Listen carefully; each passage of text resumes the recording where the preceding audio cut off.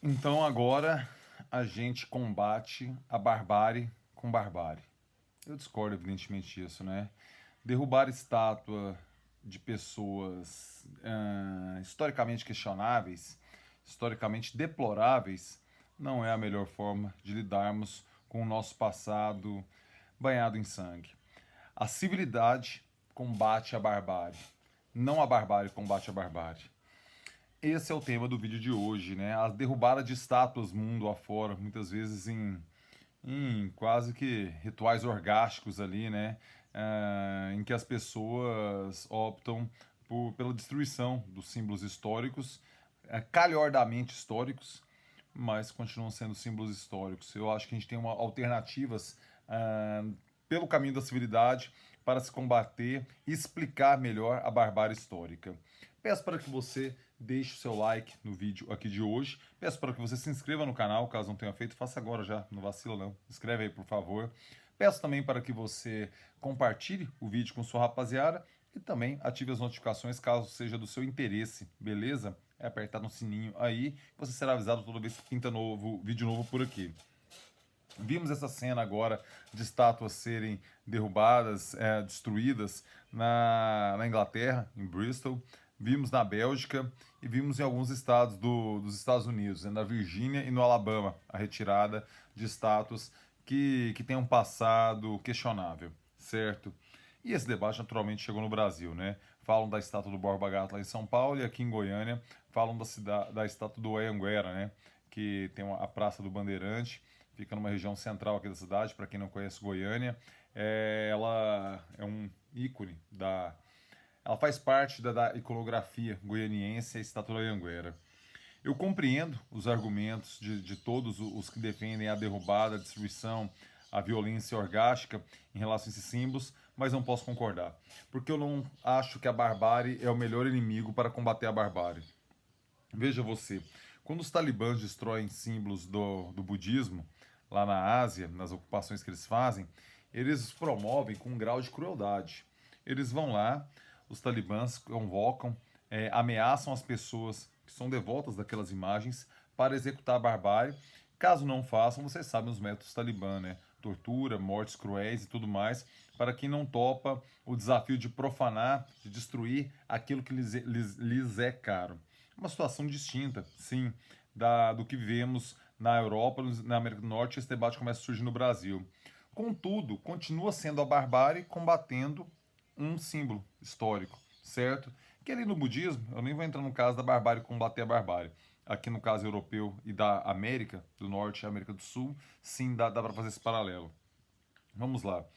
Eu tenho a impressão que a solução mais adequada seria retirarmos, sim, essas estátuas dos pontos em que elas ficam, né? Elas acabam se tornando totens de devoção de imagens e de pessoas que não são exatamente dignas para tal. A minha defesa é que não destruamos que a gente não destrua essas estátuas, mas que a gente leve ela para espaços de museus, onde ali possamos fazer uma leitura dos dias de hoje, com o olhar, o acúmulo histórico, o acúmulo moral dos dias de hoje sobre o passado. E aí nos aprofundarmos nos aspectos heróicos e bárbaros dessas pessoas, se é que eles os têm, alguns deles.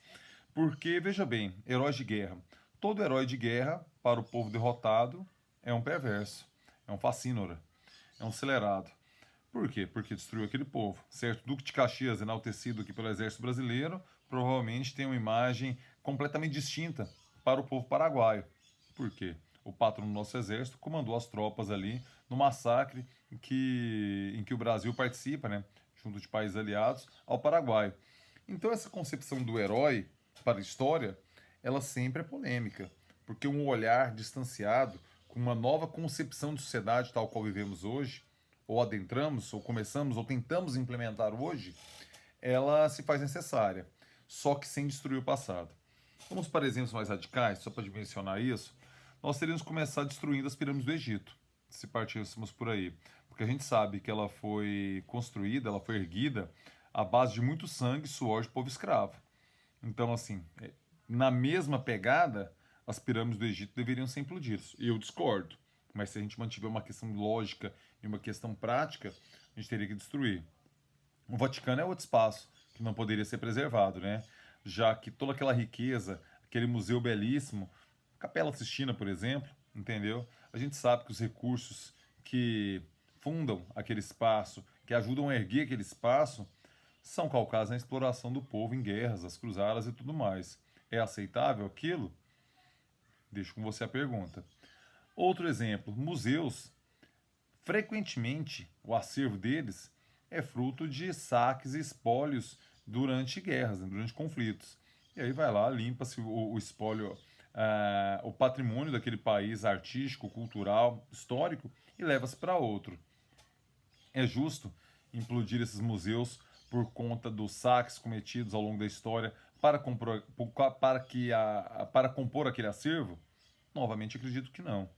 Então, eu acho que existe um modo, existe uma forma da gente adaptar um novo olhar para a história sem apelar para a barbárie.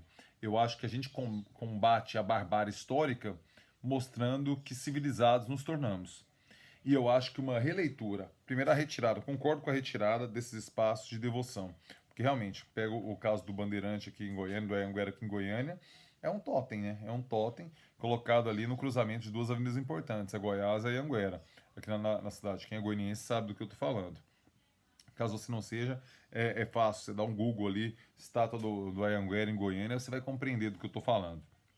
Então acho que a retirada dele e se levarmos para um museu da cidade, onde possamos nos aprofundar a história das bandeiras no estado de Goiás, o crescimento econômico e as crueldades cometidas, que essas coisas andam juntos, por incrível que pareça, mas muitas vezes na história elas andam juntas, eu acho que seria um destino, uma destinação muito mais apropriada para tal fato, para tal objeto. Eu acho que a destruição, tal qual fizeram em Bristol, tal qual estão fazendo de algumas estátuas na Bélgica, eu tenho a impressão que não ajuda a compreendermos o passado e a não repetir esses erros crassos, cruéis, bárbaros do passado. Eu acho que a civilidade é um caminho mais apropriado para que a gente avance enquanto sociedade, em que a gente melhore o olhar para o próximo. É evidente que você ter um genocida dos povos indígenas em espaços nobres da cidade incomoda, machuca, desonra a honra, desonra a memória e a trajetória e o sofrimento desse povo. Só que também não podemos esquecer, por exemplo, aqui novamente voltando no caso dos índios, né? Os bandeirantes, com toda a crueldade que eles colocaram perante os povos originais, perante os povos indígenas aqui do estado, aqui basicamente os índios Goiás, índios Caiapós e outras tribos, é inegável que eles trouxeram o Brasil para cá. Então, assim, se somos Brasil, a gente está, vamos entender que a gente está além do Tratado de Tordesilhas, né? Provavelmente que seríamos outro país, provavelmente estaríamos na América Espanhola. Então, assim, a complexidade, se hoje somos Brasil, se hoje comunico com vocês em português, eu, goiano que sou, deve um pouco, uma parcela disso, à ação dos bandeirantes, que foram interiorizando o Brasil. Então, assim, não há santo nem bandidos completos na história. A gente tem que observar a leitura do seu tempo com o olhar de hoje, fazendo as críticas necessárias àquele tempo. Essa é a minha abordagem. Esse é o que eu penso. Então, a minha sugestão para esse momento de polarização em relação às estátuas de figuras históricas controversas é a retirada dessas estátuas e a colocá-las em um espaço preservado de museu que não seja, que não aparente uma devoção e uma explicação ao lado, entendeu? Uma placa, um texto em que a gente possa dimensionar com o olhar de hoje o que representou essas figuras no passado. A distribuição não é o caminho. Para mim, isso é combater barbárie com barbárie. Isso é negar, apagar algo que envergonha o nosso passado enquanto povo, mas existiu. E a existência disso não pode ser apagada destruindo uma estátua com incivilidade. Esse, para mim, é o caminho. Quero sua opinião, entendeu? Como você acha que seria uma solução apropriada para essa polêmica aí das estátuas mundo afora de figuras que têm um passado questionável, que têm um passado que o olhar de hoje não permite e abomina. Quero sua opinião, meu velho. Hoje, né, dia 10 de junho de 2020, a rapaziada tá me cobrando, né? Porque eu tenho essa mania de rádio, achar que estou falando sempre com vocês no dia de hoje, mas o YouTube tem esse caráter de permanência, né? Então é importante dar o tempo e o espaço para que a pessoa se situe, né? Então hoje, no dia 10 de junho de 2020, eu vou gravar um vídeo, né? Vou fazer uma live, na verdade, a live com essa aqui de hoje, com o senador Demóstenes Torres. Então, caso você queira participar, o ex-senador vai estar aqui conosco, trocando uma ideia, a gente vai compreender a sua visão de mundo, o que ele está propondo para si e para a sociedade brasileira no momento, às 9 da noite aqui na Costa Aqui. Sexta-feira vai ser uma live sozinho, eu trocando ideia com você, sabe, direto, olho no olho, face a face, virtualmente mediados, evidentemente. E no sábado recebo o produtor cultural e meu amigo Fabrício Nobre, ele que é o mentor aí do Bananada. Vamos entender um pouco como está o setor cultural neste momento. Deixo meu sincero abraço para você, peço novamente para que você curta, se inscreva, compartilhe e ative as notificações aqui do canal. Primeiro você se inscreve, depois você curte, depois você compartilha. Não, depois você ativa as notificações, depois você compartilha. Beleza? Excelente quarta-feira. Espero você mais tarde na live com essa aqui com Demóstenes Torres, beleza? Abração, velho. É nóis.